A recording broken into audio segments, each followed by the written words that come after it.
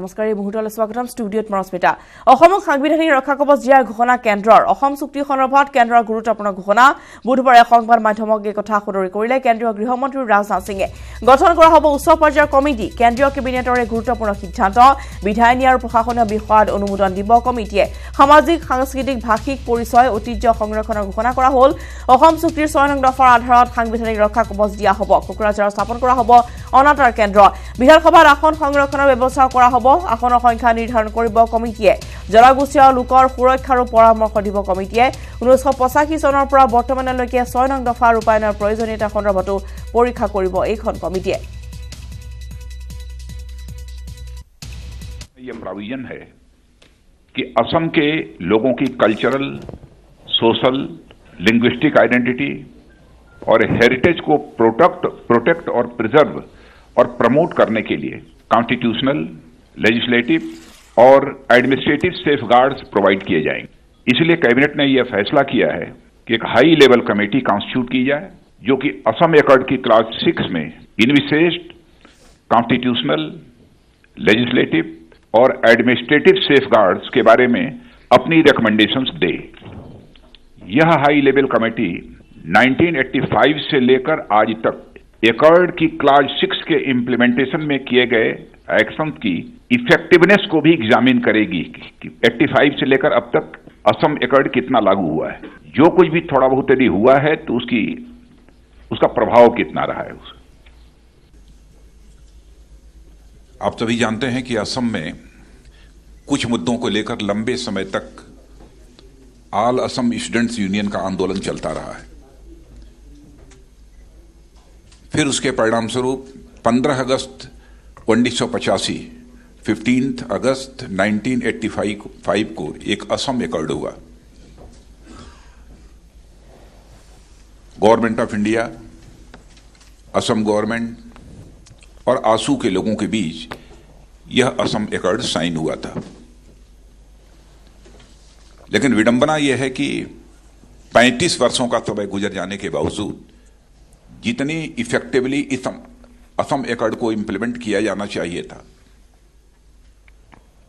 वह नहीं हो पाया पहली बार इस असम एकॉर्ड को इफेक्टिवली इंप्लीमेंट करने के लिए आज कैबिनेट में हम लोगों ने एक महत्वपूर्ण फैसला किया है जिसकी जानकारी मैं आप सबको देना चाहता हूं एकॉर्ड में एक क्लास 6 है और एकॉर्ड की क्लास 6 में यह प्रोविजन है कि असम के लोगों की कल्चरल सोशल लिंग्विस्टिक आइडेंटिटी और हेरिटेज को प्रोटेक्ट और प्रिजर्व और प्रमोट करने के लिए कॉन्स्टिट्यूशनल लेजिस्लेटिव और एडमिनिस्ट्रेटिव सेफगार्ड्स प्रोवाइड किए जाएंगे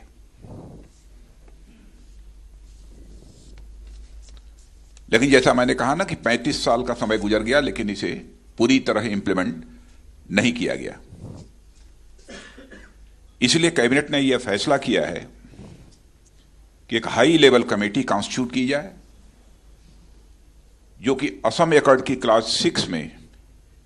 इनविसेस्ड कॉन्स्टिट्यूशनल लेजिस्लेटिव और एडमिनिस्ट्रेटिव सेफगार्ड्स के बारे में अपनी रिकमेंडेशंस दे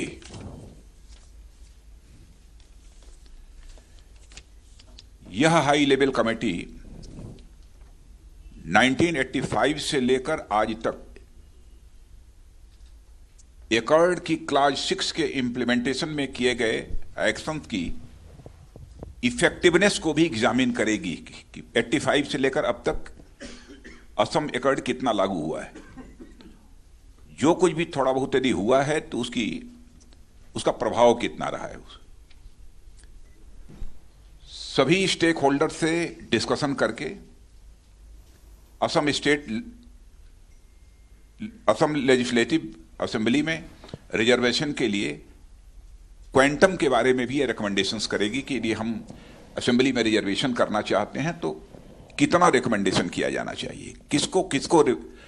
रिजर्वेशन में रिप्रेजेंटेशन मिलना चाहिए यह कमेटी असमिया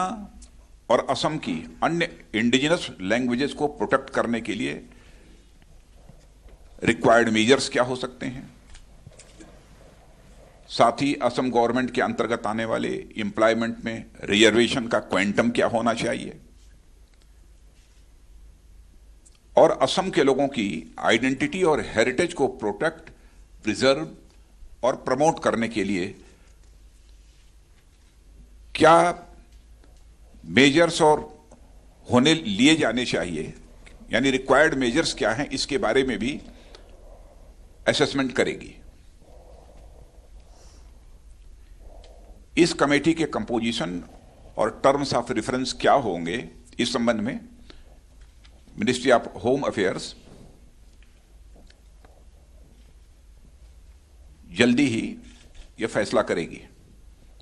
और इसे हम अलग से जारी करेंगे। तय कर लिया है लेकिन इसको जल्दी से ही जारी करेंगे। इसके अलावा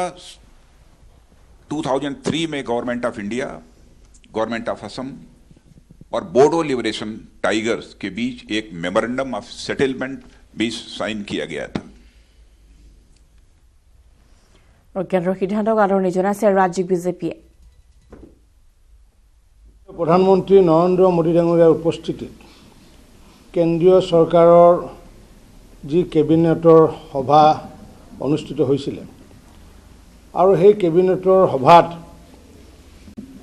অসমৰ ইতিহাসত ভাৰতবৰ্ষৰ ইতিহাসত প্ৰথমবাৰৰ বাবে আমাৰ যি অসম চুক্তি হৈছিলে অসম চুক্তিৰ 6 নং দফা সন্দৰ্ভত যি ঐতিহাসিক সিদ্ধান্ত গ্ৰহণ কৰিছে সেই ঐতিহাসিক সিদ্ধান্তক ভাৰতীয় জনতা পাৰ্টিৰ অসম ৰাজ্যিক সমিতিয়ে উষ্ণ আদৰণি জনাইছে। এই বিষয় যাতে আগন্তুক দিনত যাতে এইটো বিষয় লৈ পেলাই যাতে জটিলতা নাথাকে তাৰ কাৰণে প্ৰথমবাৰৰ বাবে মাননীয় নৰেন্দ্ৰ মোদী ডাঙৰীয়াৰ নেতৃত্বত যি আজি সিদ্ধান্ত গ্ৰহণ কৰিলে যে উচ্চস্তৰীয় সমিতি গঠন কৰাৰ কথা যি ঘোষণা কৰিলে, গতিকে আমি আশাবাদী আগন্তুক দিনত উচ্চস্তৰীয় যি সমিতি গঠন কৰাৰ কথা কৈছে সেই উচ্চস্তৰীয় সমিতিত ইতিমধ্যে আমাৰ গৃহমন্ত্ৰী ৰাজনাথ সিং ডাঙৰীয়াই কৈছে তাত অসমৰ প্ৰতিনিধি থাকিব। গতিকে আগন্তুক দিনত এই বিষয় আৰু পুনৰ এটি নতুন খোজলৈ আগবাঢ়িব বুলি আমি আশা ৰাখিছোঁ। আৰু যেহেতু আমি পূৰ্বতো যোৱাকালি ঘোষণা কৰিছোঁ যে 19 চনটো আমাৰ অসমবাসীৰ কাৰণে ভাল খবৰ আহিবগৈ। সাংবিধানিক ৰক্ষা কবচ হলে খিলঞ্জীয়াৰ বাবে সংৰক্ষিত হ'ব বিধানসভা সমষ্টি, সংৰক্ষণ হ'ব সংসদীয় সমষ্টিও, নিৰ্বাচনত অৱতীৰ্ণ হ'ব নোৱাৰিব অখিলঞ্জীয়া। খিলঞ্জীয়াৰ বাবে নিৰ্ধাৰণ হ'ব ভিত্তিবৰ্ষ, খিলঞ্জীয়াৰ ভাষাৰো সংৰক্ষণৰ সুবিধা হ'ব,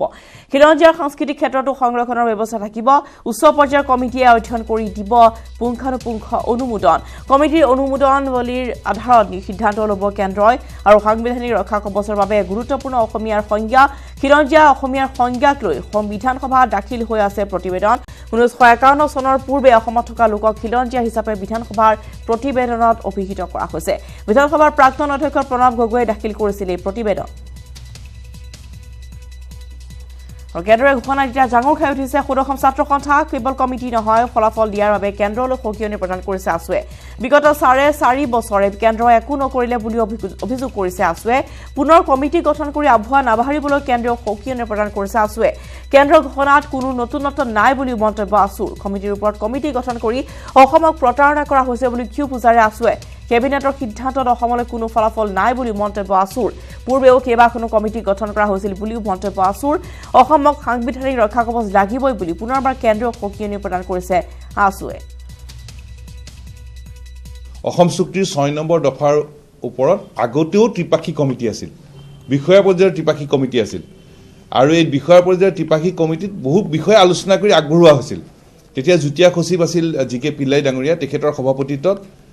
কেন্দ্ৰীয় চৰকাৰ, অসম চৰকাৰ, সদৌ অসম ছাত্ৰ সন্থাৰ প্ৰতিনিধি আৰু বিশেষজ্ঞৰে এই ত্ৰিপাক্ষিক কমিটি হৈছিল। আমাৰ সাংবিধানিক ৰক্ষা কবচৰ বিভিন্ন পৰামৰ্শ তাত পেছ কৰা হৈছিল, আলোচনা হৈছিল আৰু বহুত বিষয় আগবঢ়া হৈছিল। আজি সন্মানীয় গৃহমন্ত্ৰীগৰাকীয়ে কৈছে যে আসন সংৰক্ষণৰ কোৱাণ্টামৰ ওপৰত আলোচনা হ'ব। আসন সংৰক্ষণ যেন এটা নতুন বিষয় আজি ঘোষণা কৰিছে, নতুন নহয়। তেতিয়াই ত্ৰিপাক্ষিক আলোচনাত 2000 চনৰ আগতেই গঠন হোৱা এই ত্ৰিপাক্ষিক আলোচনাত, ত্ৰিপাক্ষিক উপসমিতিৰ বৈঠকত অসমত আসন সংৰক্ষণ দিয়া হ'ব বুলি সিদ্ধান্ত হৈছিল। কোৱাণ্টামৰ ওপৰতো আলোচনা হৈছিল ত্ৰিপাক্ষিক আলোচনাত,